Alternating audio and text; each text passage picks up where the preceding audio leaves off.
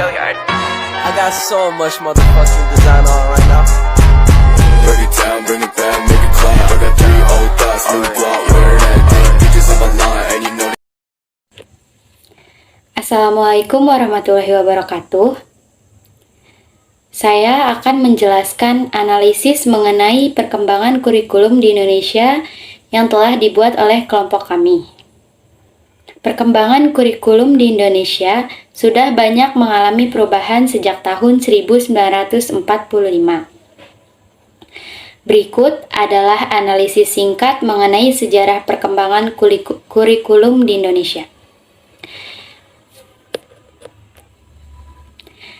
Yang pertama, kurikulum 1947. Yang kedua, kurikulum 1952. Yang ketiga, kurikulum 1964. Yang keempat, kurikulum 1968. Yang kelima, kurikulum 1975. Yang keenam, kurikulum 1984. Yang ketujuh, kurikulum 1994, yang kedelapan kurikulum 2004, yang kesembilan kurikulum 2006, yang kesepuluh kurikulum 2013, dan yang terakhir kurikulum Merdeka. Yang pertama, kurikulum 1947 atau Rencana Pelajaran 1947. Kurikulum pertama yang lahir pada masa kemerdekaan memakai istilah dalam bahasa Belanda yaitu Leerplan, artinya rencana pelajaran. Istilah ini lebih populer dibanding istilah kurikulum. Perubahan arah pendidikan lebih bersifat politis dari orientasi pendidikan Belanda ke kepentingan nasional. Sedangkan asas pendidikan ditetapkan Pancasila. Kurikulum yang berjalan saat itu dikenal dengan sebutan Rencana Pelajaran 1947, yang baru dilaksanakan pada tahun 1950. Sejumlah kalangan menyebut sejarah perkembangan kurikulum diawali dari kurikulum 1950.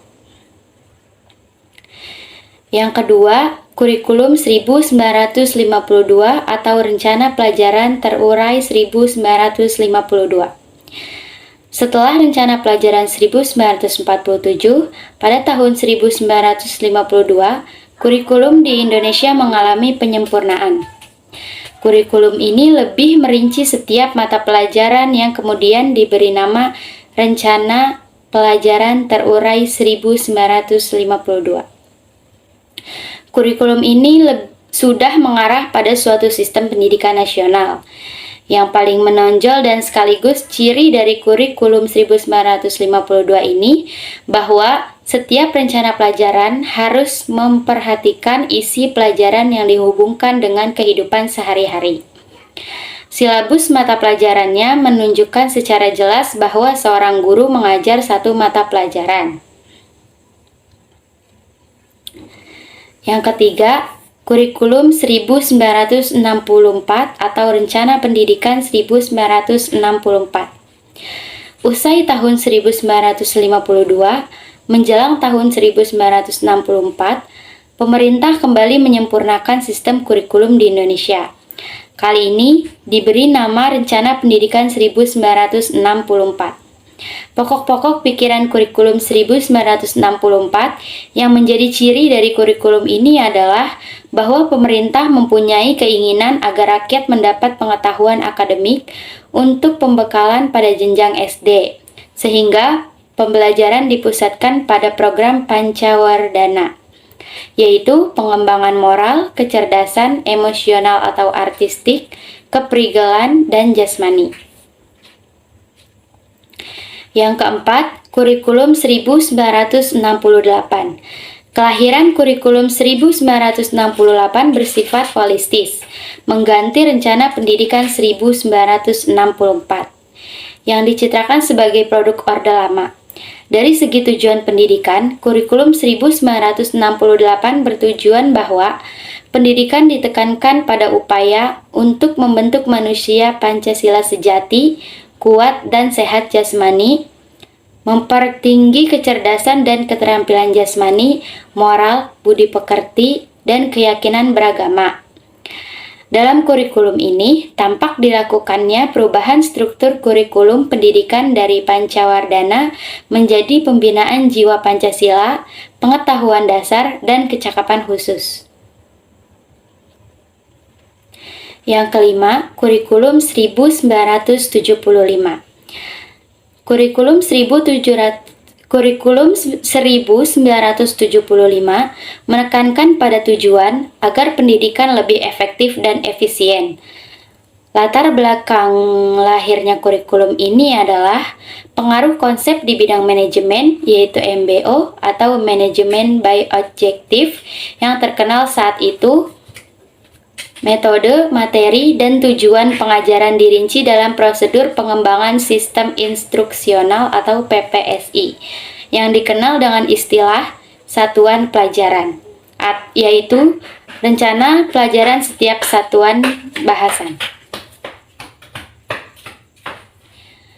Yang keenam, kurikulum 1984 atau kurikulum 1975 yang disempurnakan. Kurikulum 1984 mengusung proses skill approach. Meski mengutamakan pendekatan proses, tapi faktor tujuan tetap penting. Kurikulum ini juga sering disebut kurikulum 1975 yang disempurnakan. Posisi siswa ditempatkan sebagai subjek belajar. Dari mengamati sesuatu, mengelompokkan, mendiskusikan, hingga melaporkan. Model ini disebut cara belajar siswa aktif atau CBSA atau Student Active Learning atau SAL. Yang ketujuh, kurikulum 1994 dan suplemen kurikulum 1999. Kurikulum 1994 merupakan hasil upaya untuk memadukan kurikulum-kurikulum sebelumnya, terutama kurikulum 1975 dan 1984. Sayang, perpaduan antara tujuan dan proses belum berhasil, sehingga banyak kritik berdatangan, disebabkan oleh beban belajar siswa dinilai terlalu berat, dari muatan nasional sampai muatan lokal. Materi muatan lokal disesuaikan dengan kebutuhan daerah masing-masing, misalnya bahasa daerah, kesenian, keterampilan daerah, dan lain-lain.